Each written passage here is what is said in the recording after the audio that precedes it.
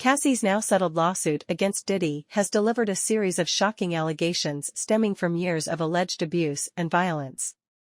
But inside the suit are also allegations about what happened behind the scenes of Diddy's beef with Death Row Records' Suge Knight. The clash, which began in the mid-90s, was part of the East Coast-West Coast rivalry that led to the deaths of Tupac and the Notorious B.I.G. According to the lawsuit, there was one occasion, a date is not given in the complaint, when Cassie and Diddy were partying, and a member of Diddy's security team informed him that night was nearby. Ms. Ventura was also exposed to the intense violence that pervaded Mr. Combs's rise to fame, the lawsuit reads. For example, on one occasion when Mr. Combs and Ms. Ventura were using drugs together in his home, one of his security staff barged in and announced that Suge Knight, a longtime rival of Mr. Combs, was spotted at Mel's Drive-In Diner in Los Angeles.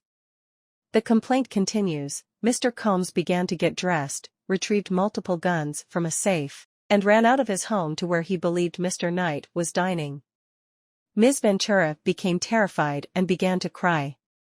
On Thursday, November 16, the singer, real name Cassandra Ventura, accused the New York-born entertainer of a plethora of crimes, including rape, sex trafficking, and physical abuse.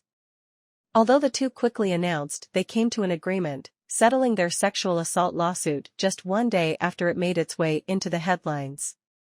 Claims highlighting Diddy's history of extreme control over Cassie have begun to resurface.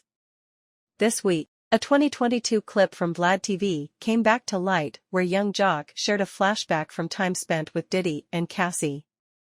According to the Juicebox rapper, the alleged incident occurred in Miami. Young Jock pulled up to Diddy's house in his yacht, where the mogul and Cassie were just chillin'. Me and Puff talkin', we kickin' it, and I'll never forget this. I pulled back up, and Puff like, get in the Jeep with me, Nga, he said. So we ridin' to the club, pumpin' Biggie, and I'm like, Nga, I ain't never really get the opportunity to be with Puff like this. The crew, along with other producers, then went to the popular nightclub Liv. I was watchin' Puff. Puff was lookin' up, he continued. He saw this white woman, and it was bottles on bottles on bottles around. It was lit. Me and Cassie sittin' next to each other, my wife was right here. The Nga jumped off the bar and came over and said, Yo, Cassie. Tomorrow, I want you to shave the side of your head. And I'm like, what the fuck kind of request is that? So when I looked up there, this white woman's side of her head was shaved. Within 2-3 days, she sent me a picture, and I'm like, she done shaved her motherfuckin'